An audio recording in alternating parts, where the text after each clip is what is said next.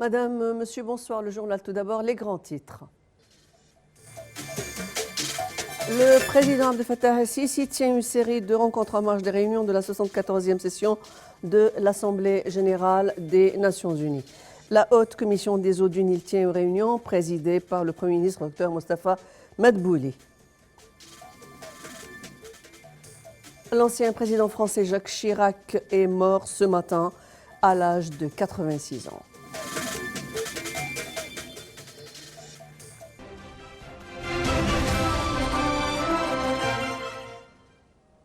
Nos informations en détail.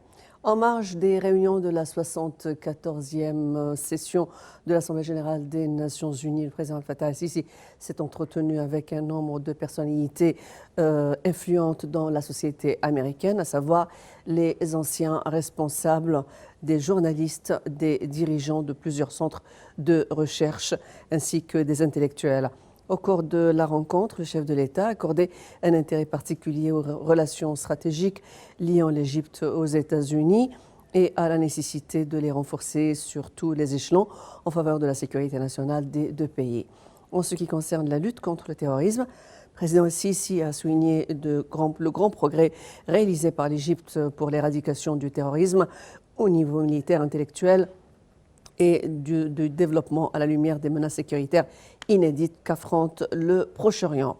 Sur le plan régional, le président Sisi a également ajouté que le conflit israélo-palestinien constitue l'une des principales causes de l'instabilité régionale, indiquant la nécessité de la conjugaison des efforts de la communauté internationale afin de soutenir les institutions nationales et d'exécuter les cadres de la solution politique globale des crises survenant dans toute la région. Le président Sisi s'est ensuite entretenu avec une délégation de dirigeants de la communauté évangélique américaine. Au cours de la rencontre, le président Sisi a affirmé l'intérêt de la rencontre, a affirmé l'intérêt accordé par l'Égypte pour faire prévaloir le principe de la citoyenneté, de l'égalité et de la non-distinction selon des critères religieux. Les membres de la délégation évangélique ont pour leur part apprécié les efforts déployés par l'Égypte et le président Sisi pour établir la stabilité au Proche-Orient, tout en exprimant leur solidarité avec l'Égypte pour faire face au terrorisme nécessitant une action collective et l'adoption d'une stratégie au niveau international. Le président Abdel Fattah el-Sisi a reçu le président du groupe de la Banque mondiale, David Malpass.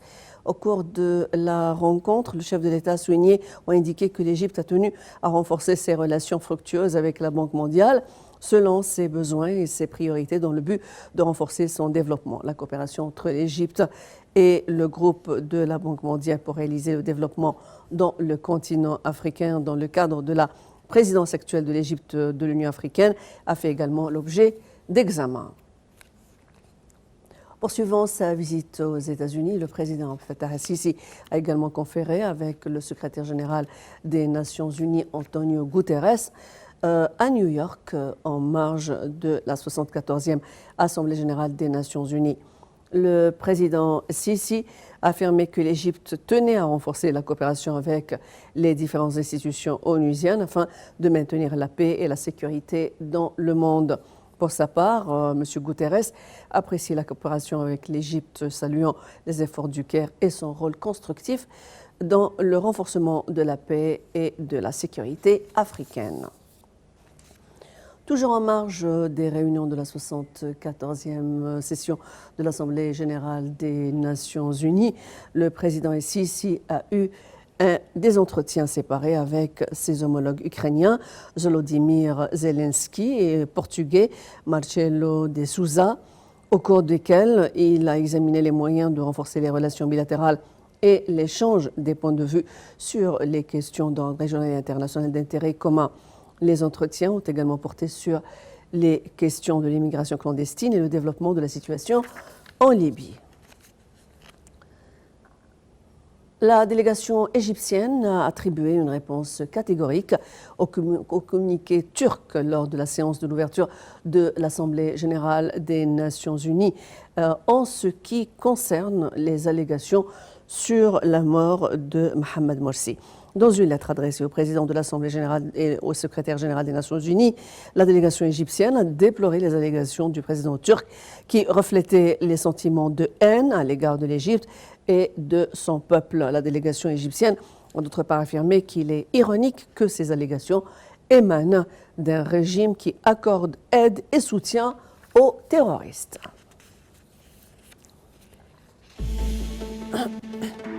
Notre chaîne vous propose un large choix de programmes politiques, économiques, culturels et sportifs.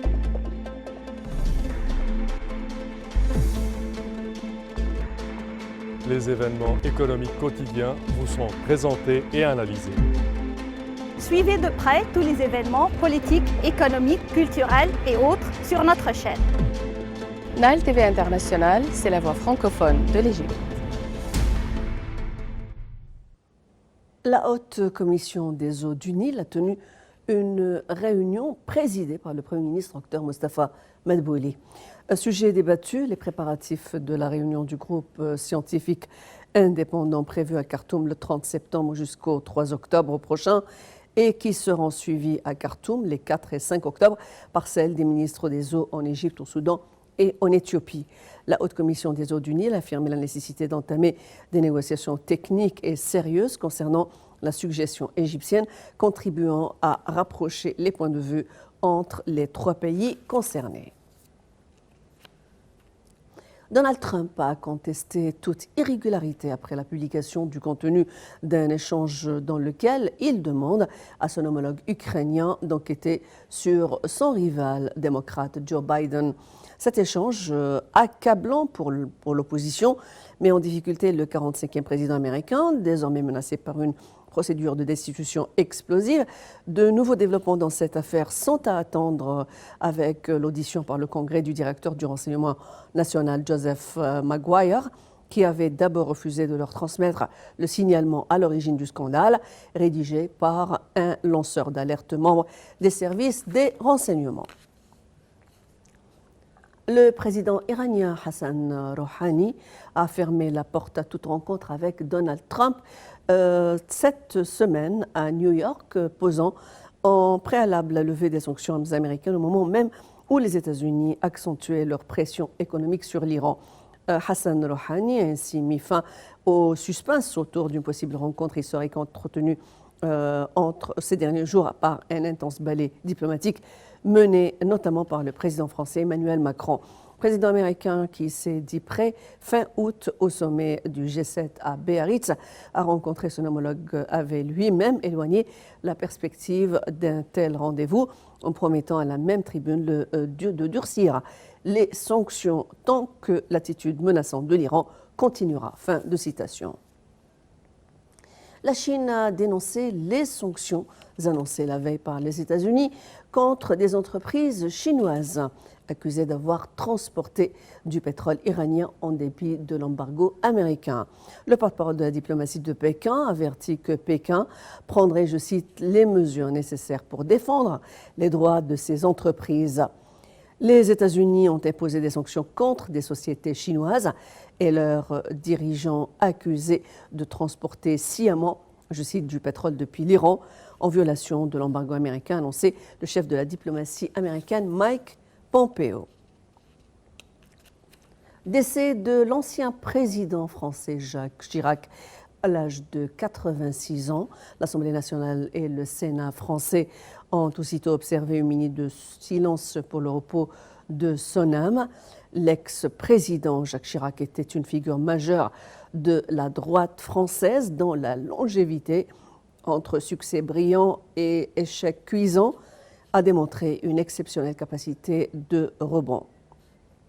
Jacques Chirac était parvenu à conquérir la présidence française, rêve d'une vie pour ce fils unique, en 1995, après deux candidatures infructueuses de 1981 à 1988. Les autorités françaises ont évoqué un risque de pollution de la Seine en raison de l'impressionnante incendie en cours d'une usine chimique à Rouen, au nord-ouest Je cite, on continue de lutter contre le feu avec un risque de pollution de la Seine par débordement des bassins de rétention. C'est ce qu'a déclaré à la presse le préfet de la Normandie. La Seine, un des principaux fleuves français, passe notamment par Paris avant de traverser Rouen, puis se jette dans la Manche au niveau du port du Havre.